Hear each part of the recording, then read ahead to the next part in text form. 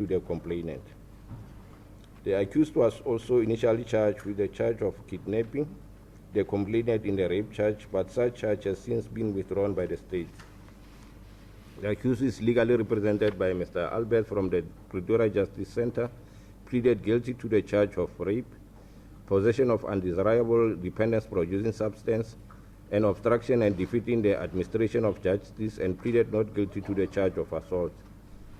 The state, represented by Ms. Ngoweni from the public prosecution, accepted the accused plea in respect of the charges of possession of drugs and defeating the administration of justice, and refused to accept the plea of guilty on the rape charge due to the fact that the accused did not give the full account of what transpired on the day in question, and some of the events he stated in his guilty plea are inconsistent with the state's version. It is for that reason that I recorded the accused plea in terms of Section 113 of the Criminal Procedure Act, and the trial in respect of the rape charge proceeded on the basis of not guilty pleas. It is for that reason that I recorded the accused plea in terms of Section 113 of the Criminal Procedure Act, and the trial in respect of the rape charge proceeded on the plea of not guilty basis, which was corrected from being a plea of guilty to a plea of not guilty. Accused, after I recorded the plea in terms of Section 113 of the Criminal Procedure Act, did not retract the admissions made in terms of that statement. That is the plea of guilty. It is for that reason that such admissions should stand as proof of allegations against the accused. In terms of Section 112 statement, the accused admitted the following: 1, that on the 22nd September 2018 he was at Dros restaurant, which is in Silverton. 2, that he had in his possession a drug called cat, which was weighing 0.02 gram, and it was for him unlawful to possess such drug.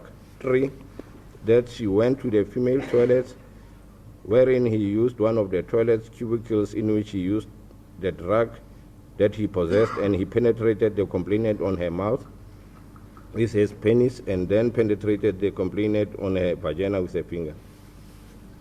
4, the aforesaid penetration was done without the consent of the complainant, and he had no legal justification of penetrating the complainant in her mouth and vagina. 5, that even though he was under the influence of alcohol and drugs, he could appreciate the wrongfulness of his actions and was capable of acting in accordance with his appreciation of wrongfulness. And 6, that at the time of the commission of the offense, he did not suffer from any mental illness or intellectual disability that would have prevented him from appreciating the wrongfulness of his action, and that he admits the psychiatric report compiled by Vescopi's psychiatric hospital as correct. The state, in an endeavor to discharge the onus placed on it of proving the guilt of the accused beyond reasonable doubt, led the evidence of Ms. Letle Lungile Dlamini, who was at the time of this incident employed at Dros restaurant as a waitress. At the time, she had been in the employ of Dros restaurant for a period of approximately 2 years. On the day of the incident, she served the accused with meals and alcoholic beverages. The accused arrived at the restaurant at around past 1500 hours to 1600 hours, and he was alone when he arrived there, but indicated to her that he was waiting for a person which he described as a she, meaning a female person. The accused initially occupied a table which the waitress marked it as X on the sketch plan, which was accepted in evidence as Exhibit C, but when she brought her the order, she found him occupying a table which she marked it as X1 on the sketch plan. The table the accused occupied was between a distance of 4 and 5 meters from the children's play area. The reason why he moved the table was for him to see the person he was waiting to meet at the restaurant. The accused at a later stage came with a gentleman whom he introduced to Ms. Dlamini as his uncle, but that gentleman was known to Ms. Dlamini as he was a regular patron at the restaurant. The aforesaid gentleman is Mr. Fori, who later testified in this matter. Accused as Mr. Fori said at the bar area of the restaurant where the accused proceeded to order more alcoholic beverages. Accused said to Ms. Dlamini, he has 700 with him, and when his bill reaches 650, she must inform him. Accused and Ms. Fori were later joined, Mr. Fori, were later joined by a certain woman and a gentleman who, according to Ms. Dlamini, was of the same age as the accused, but they did not stay there for a long period of time, and they left the accused there. Later on, Ms. Dlamini went to the female toilet to go and comb her hair. The complainant's mother arrived at the toilet while she was still there looking for the complainant. She called out the name of the complainant, but she did not receive any response. The female bathroom has 3 cubicles. One cubicle was meant for use by people living with disabilities, and there was a middle-situated cubicle which was closed at the stage, and the third cubicle which was situated next to the middle one. The third cubicle was out of use and locked, whereas the cubicle meant for people with disability was slightly open and not occupied. After the complainant's mother could not get a response after calling out her name, she then pushed the door of the middle cubicle open, and as she was pushing that door, she could feel that there was a person pushing back the door from inside. The childminder who also testified in this matter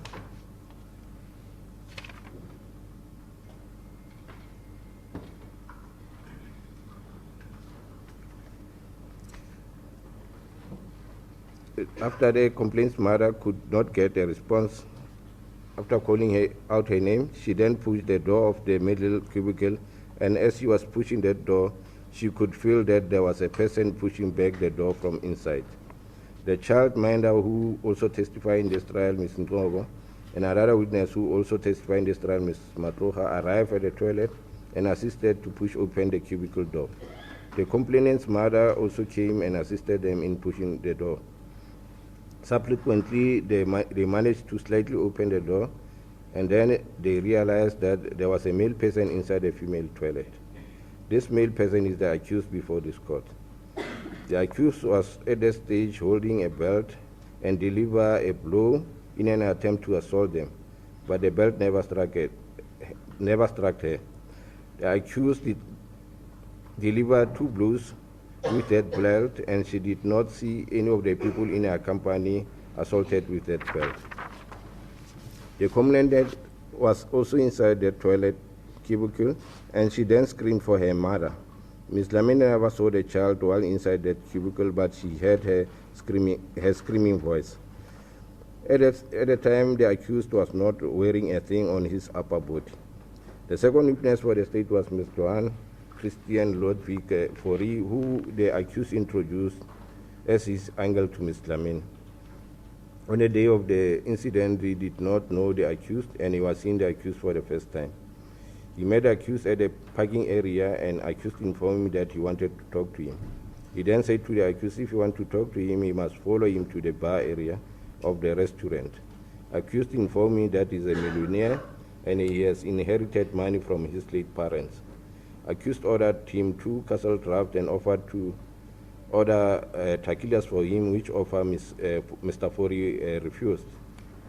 Mr. Fori wanted someone to be a witness to what accused was going to say to him, and requested the manager of Dros to be by his side when accused was saying whatever he wanted to say to him. That is when accused remarked that he wanted to have sexual intercourse with a woman who was in the company of another man. He took out a substance which to him resembled a drug and gave it to the manager, but the manager refused to accept such substance. Mr. Fori could see that the accused had abused drugs and also that he was intoxicated. When the order of his tequilas was brought to him, he said to Mr. Fori that he wants to show him how to drink a tequila. He poured that tequila on his eye, and after that he poured the salt on his eye. The accused left him at the bar, and he later heard people making noises, and when he went to inquire, he found the accused naked. He then took out his cell phone and phoned the police about this incident. The third witness for the state was pleaded, who was employed as a childminder at Dros restaurant. She was in the employ of Dros restaurant for approximately 4 months prior to this incident. As a childminder, her responsibility was to look after the children when playing at the children's play area, which is called Kiddies Corner. There were 2 playing areas which were divided according to the ages of the children, one being for children between ages of 1 and 3, and the other one for children between the ages of 7 and 12. When children are brought by their parents to the play area, she will register the children in the register and give them name tags. She remembered the complainant and another boy child brought to the play area by their mother. However, she cannot recall the total number of children who were brought by their parents to the play area, as it was a busy day on that day. When a person is seated in the table, which is outside the restaurant on the veranda, he or she can be in a position to see a person playing in the play area, depicted on photo number 5 of Exhibit C3. Ms. Ninow was working alone on that day, minding the children in both play areas. She took her lunch break at 1600 hours and asked one lady who was working at the pizza section of the restaurant to mind the children on her behalf while she was on her lunch break. As she was walking out of the playing area, she was following the complainant who requested to go and use the female bathrooms. She saw the complainant entering the bathroom and she proceeded to the place where she went to enjoy her lunch. As it was a busy day, she only utilized 15 minutes of her lunch break and went back to the children's play area. When she arrived there, she found only a boy child who was in the company of the complainant alone.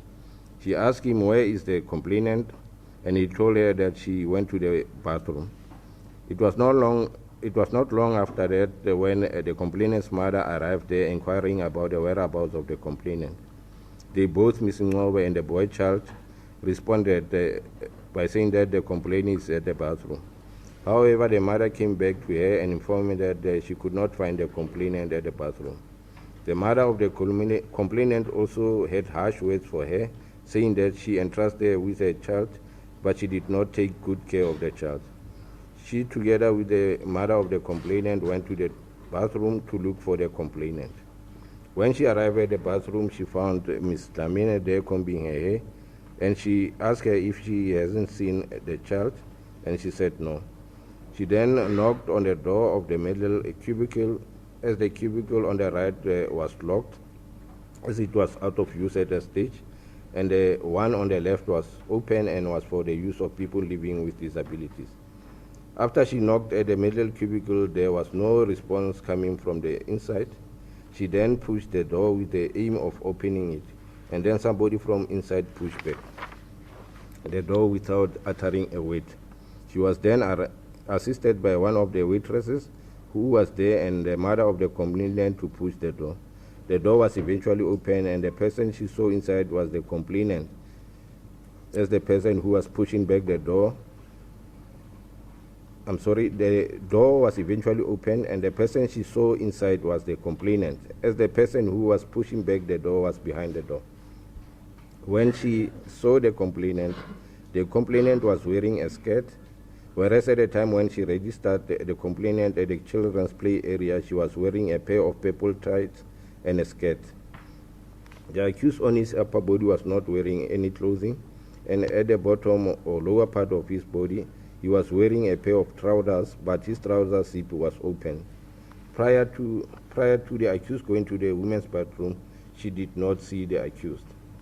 Immediately after the door was opened, she saw the accused having a belt with him and delivering a blow at them with a belt in an attempt to assault them with that belt. She did not see any person being struck by that belt, and she ran away.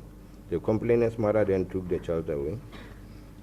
Fourth witness for the state was Puseletso Elizabeth Matoha, who was also at the time of the incident employed at Dros residence as a waitress. She saw the accused when he arrived at Dros residence, even though she is not the person who assisted the accused with his orders. She also saw the complainant while she was playing at the children's play area, and she was in the company of a little boy. On the day of the incident, she went to the children's play area where she was in the company of Ms. Ninow, the childminder, and she was in her company for a period of approximately 15 minutes. While she was still with Ms. Ninow, the complainant's mother arrived inquiring about the whereabouts of the complainant. She was not present when the complainant left the play area. Ms. Ninow told her, the complainant's mother, that the complainant went to the bathroom. The complainant's mother went to the bathroom looking for the complainant, but she came back screaming that she cannot find her child. Then Ms. Ninow went to the bathroom with the complainant's mother. She could then hear the complainant's mother shouting that she cannot find the child. She then also went to the bathroom to look for the complainant. She found Ms. Dlamini combing her hair, but she told them that she did not see the complainant. They then knocked on the door of the middle cubicle, but there was no response, and then they knocked for the second time. There was no response as well, and then they decided to push the cubicle's door with the aim of opening it. That is when she realized that there was somebody inside the cubicle who was pushing back the door. When the door was open, she saw that person who was pushing back the door from inside, that he had a belt with him, and that person wanted to hit them with that belt. But the person only made one attempt. That person was the accused in this matter, and so the complainant standing on the right side of the accused.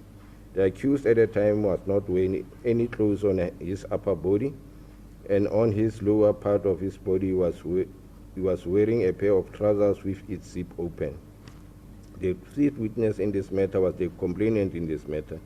Because of her age and the fact that she's a child witness, I will refrain from giving out her name, and I will refer to her in my judgment as SK. SK testified through the assistance of intermediary Ms. Mdijwa. SK was born on the 7th of November 2010, and she's currently 8 years, and at the time of the incident she was 7 years old. SK initially, when the prosecutor started leading her in examination in chief, it appeared to me that she did not understand what was happening. I'm saying this because in her response to questions, she was saying that she does not understand and she does not remember. However, after a concerted effort from the prosecutor, she testified that on the day of the incident, when she was heard by a male person, she is the one who first went to the female's bathroom, and that person found her already inside the toilet cubicle. On that day, she was wearing a skirt, a pair of ties, and a blue t-shirt. While inside the toilet, she heard her mother calling out her name, but she could not answer as the person she was inside the toilet with threatened to kill her if she answers. At that time, she was scared that the person, and that person had hurt her. The mother of the complainant also testified, and for the same reason I gave for SK, I will refer to her in my judgment as NK. She also testified in the intermediary room with the aim of protecting the identity of SK. She confirmed that on the day of the incident, she went with SK to Dros restaurant and registered her at the children's play area. At a later stage, when she was looking for her, she was informed by a child minor that she went to the bathroom. She went there looking for SK, but she could not find her. She then went back to the play area to inform the child minor that she cannot find SK. That is when she went back again to the play area to inform the child minor. Then they went to the toilet where they pushed open the door of the middle cubicle. When she called out the name of SK, SK responded by saying, "Mama, come and help me." The person who was pushing back the door, when they were pushing it open, said to them that, "You are disturbing me."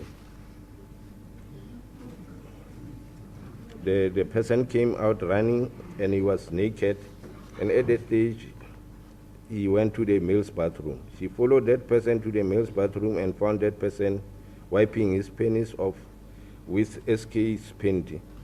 SK was at that stage only wearing the skirt and the t-shirt. Her pair of ties and panty were missing. NK managed to identify SK's clothes on photos C4, C5, and C7, and also the accused belt, which was lying on the floor. The accused picked up SK's clothes by the time he was picking up his clothes and running away to the male's bathroom. As the person As the person was running away, he assaulted the child minor with the buckle of the belt on her face on 2 occasions, and that happened inside the female's bathroom. NK saw the person flushing SK's panty in the toilet pan, and she asked him why is he doing that, but that person never answered him. When she picked up SK, she realized that her skirt has blood. However, she did not examine SK to determine where is the blood emanating from. The aforesaid skirt was then handed over to the police the following day of the incident. That concluded the evidence led on behalf of the state, and after the evidence of NK, the state closed its case without further calling witnesses. The accused, on the other hand, closed his case without leading evidence or calling witnesses.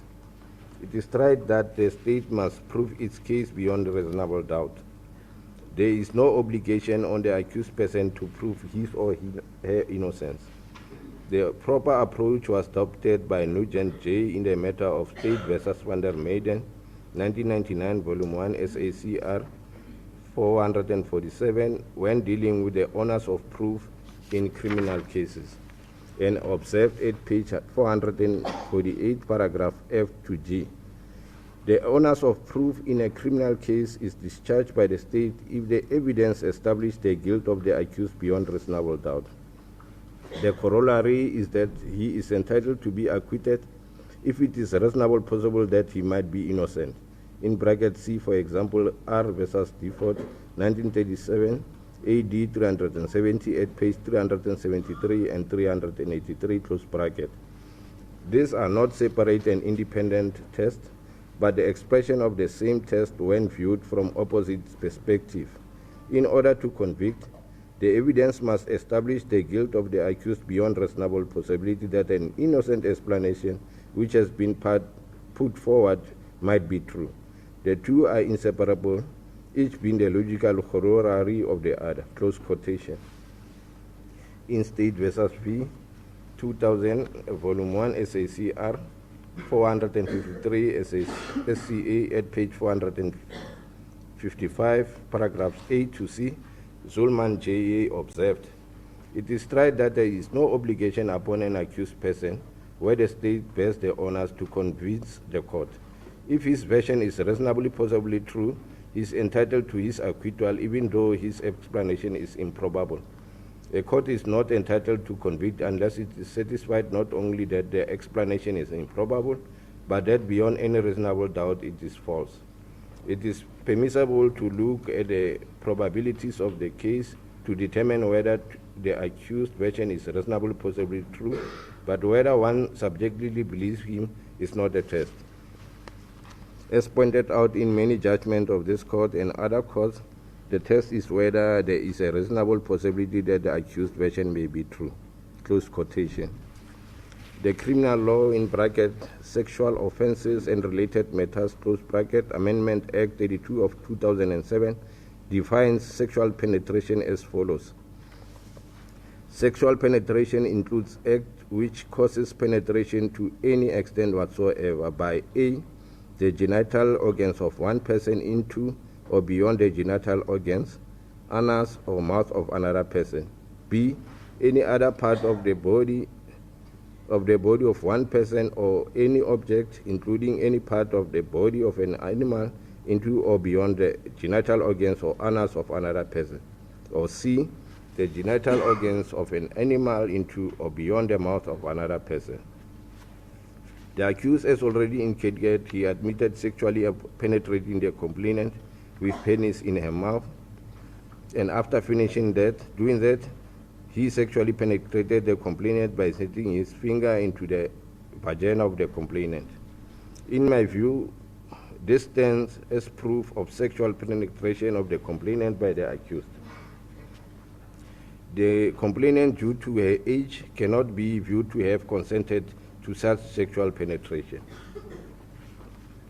In argument, Ms. Komeni, on behalf of the state, contended that this court must draw an inference that the accused actions on the day,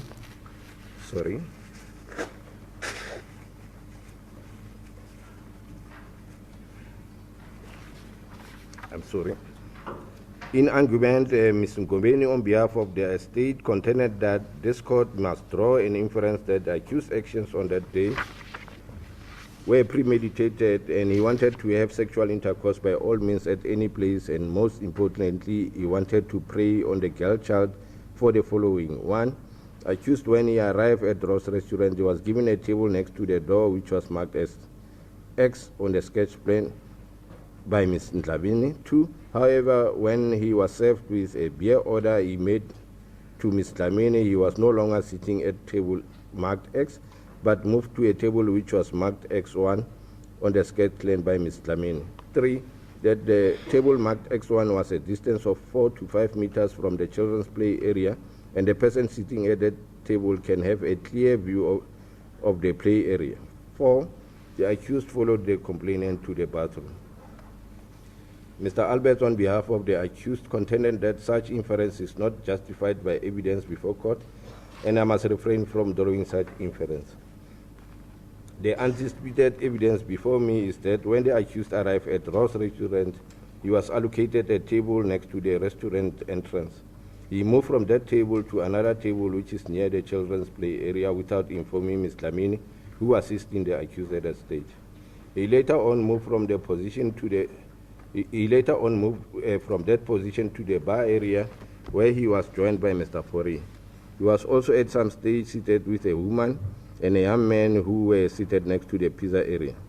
Ms. Dlamini inquired from the accused as to why he was moving from the table he was initially allocated, and he replied by saying that he moved to X1 so that he can see the person he was supposed to meet at the restaurant. According to the accused, that person was a female, and he used the word she.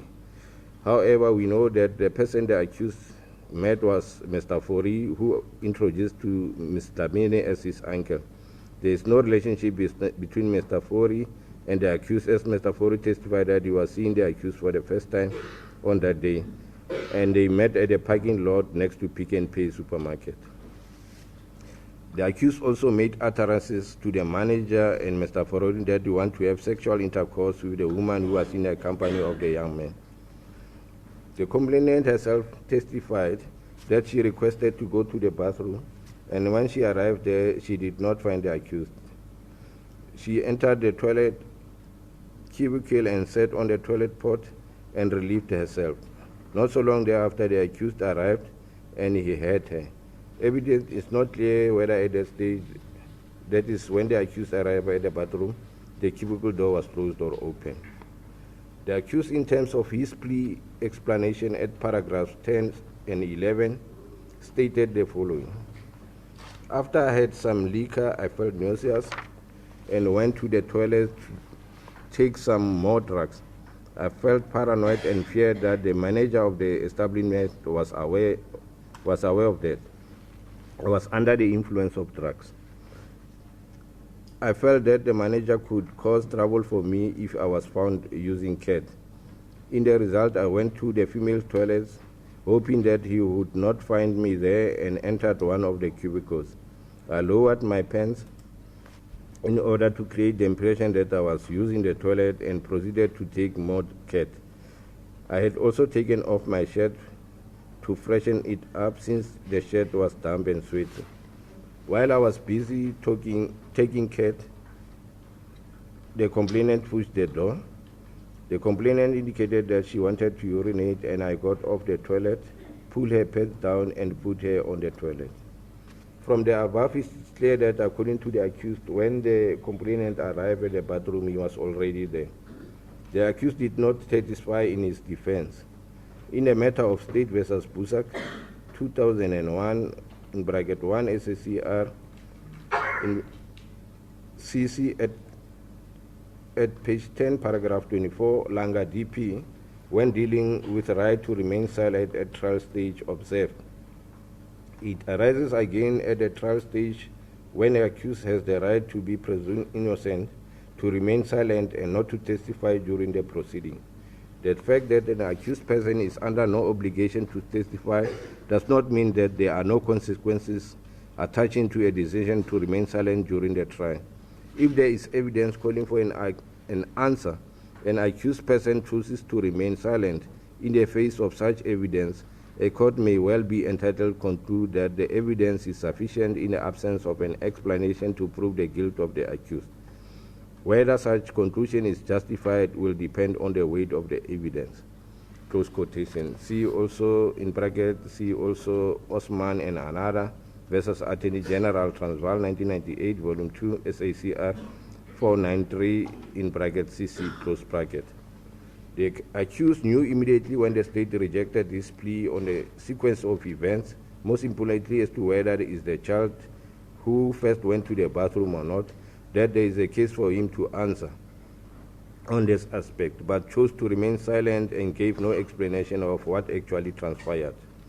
I'm alive to the fact that the complainant is a single witness on this aspect, and most importantly, she's a child witness. Our court's approach is that evidence of children must be approached with caution to reduce the dangers inherent in such testimonies, where especially children are single witnesses. It is also so that our court's approach is that there is no absolute requirement for such evidence to be corroborated. In bracket, see Woji versus Santam Insurance Company Limited, 1981, Volume 1, SA 1020, in bracket, A, close bracket. The court must, however, be satisfied that child's evidence is trustworthy. I'm further alive to the fact that when the child started testifying, she seemed not to remember the events of the 22nd September 2018. This can mainly be attributed to the fact that she was very young when this incident happened, and also for the period of time which lapsed since the incident and when she came to testify. However, as the proceedings were continuing, she remembered the events of that day, and she was in a position to can remember what transpired.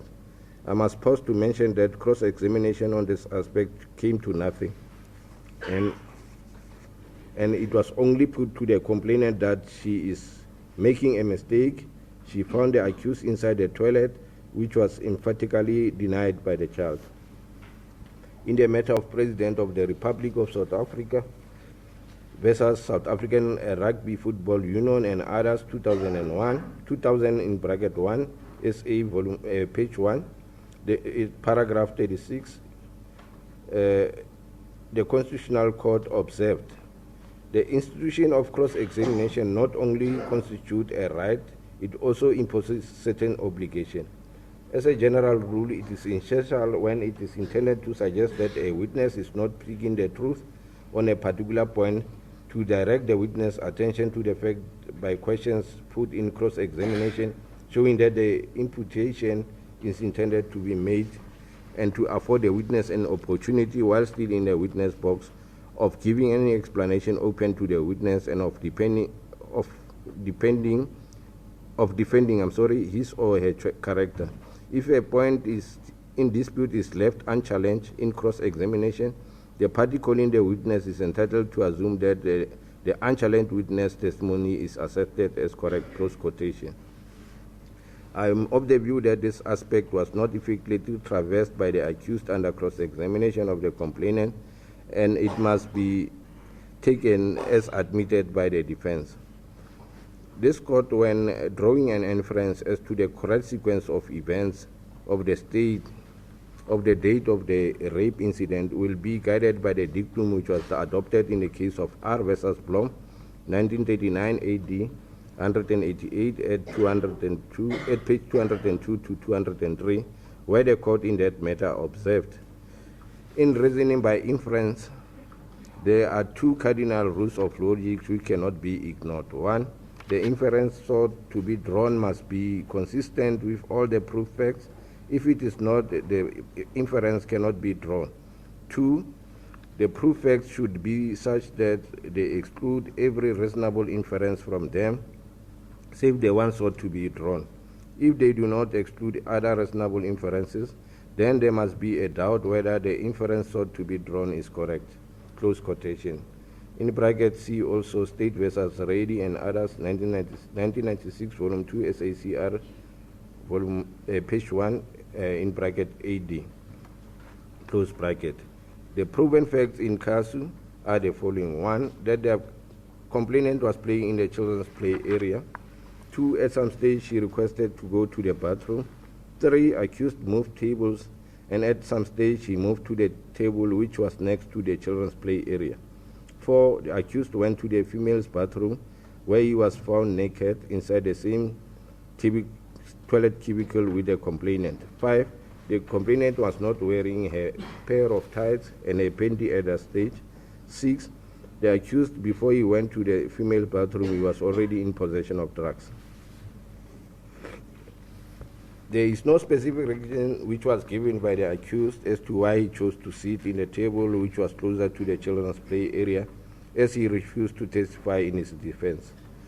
There is again no specific reason as to why the accused made utterances that he wanted to have sexual intercourse with a woman who was in the company of another man. There is also again no reasonable explanation why the accused went to the female bathroom, whereas there was a designated bathroom for the males. The only reasonable inference the court can draw based on the proof facts is that the accused saw the complainant playing at the children's play area. He saw the complainant when she went to the bathroom, and he then followed her to the bathroom where she undressed her and eventually raped her. The version put forward by the accused that he first arrived at the female's toilet and the complainant arrived there after him is rejected as false beyond doubt. The learned author C.R. Steeman, in his book Criminal Law, 5th edition at page 455, defines the crime of assault as follows. Assault consists in any unlawful and intentional act or omission, A, which results in another person's bodily integrity being directly or indirectly impaired, or B, which inspires a belief in another person that such impairment of a bodily integrity is immediately to take place. Ms. Ninow, who is a complainant in this count, testified that after the door of the cubicle was pushed open slightly, accused delivered a blow with a waist blade he was holding with his hand. The belt did not hit her, and thereafter she ran away. She did not see any person hit by that belt. Ms. Matoha's account in this count is that when the door of the cubicle was open, the accused was swinging the belt above his head. In her evidence, he never mentioned the accused delivering any blow to either herself or the people who were in her company. The child minder, Ms. Ninow, gave a different account of what happened under this count. She said that the accused delivered 2 blows, but neither of the blows hit any person, and she was also not hit by the belt. The complainant's mother gave a completely different account of what actually transpired. She testified that the accused assaulted Ms. Ninow on 2 occasions with the buckle side of the belt on her face before the accused ran to the male's bathroom. I'm saying that is a complete account of what happened, as Ms. Ninow, when she testified, she never mentioned that she was assaulted with a belt by the accused. I'm not satisfied that the state discharge is honest under this count, and the accused is entitled to his acquittal under this count.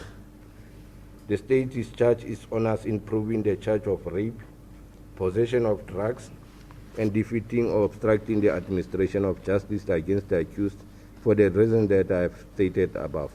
Having said so, I will return the following verdict. May the accused stand up. Rape, you are found guilty. 2, possession of drugs, you are found guilty. 3, assault, you are not found guilty. 4, defeating or obstructing the administration of justice, you are found guilty.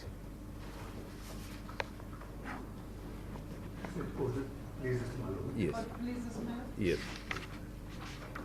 Yes, Mr. Albert. My lord, at this stage, it will be necessary for the defense to get probation officers' reports regarding the background of the accused. I'm also in the process of trying to get, and it should happen, a psychologist report regarding the accused. My lord, usually a probation officer's report would require 6 to 8 weeks. Your lordship has indicated your lordship would prefer to follow up this matter. earlier, we've agreed, pending your Lordship's agreement, to the 16th and 17th of October.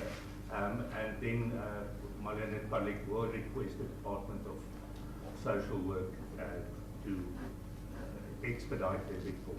Yes. If that would be suitable, my Lord.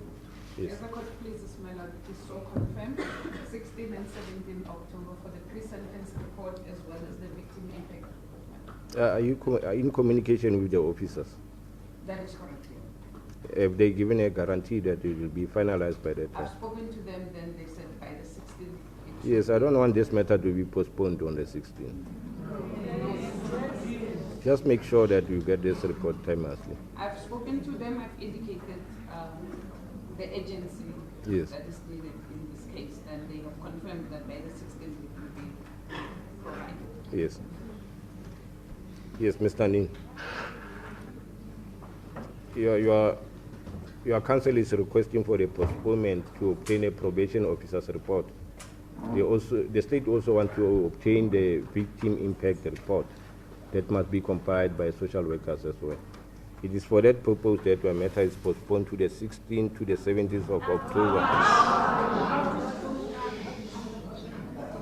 Where are the court orders? Your matter is postponed to the 16th October 2019. We don't have bail, you remain in custody. Yes. Court agents?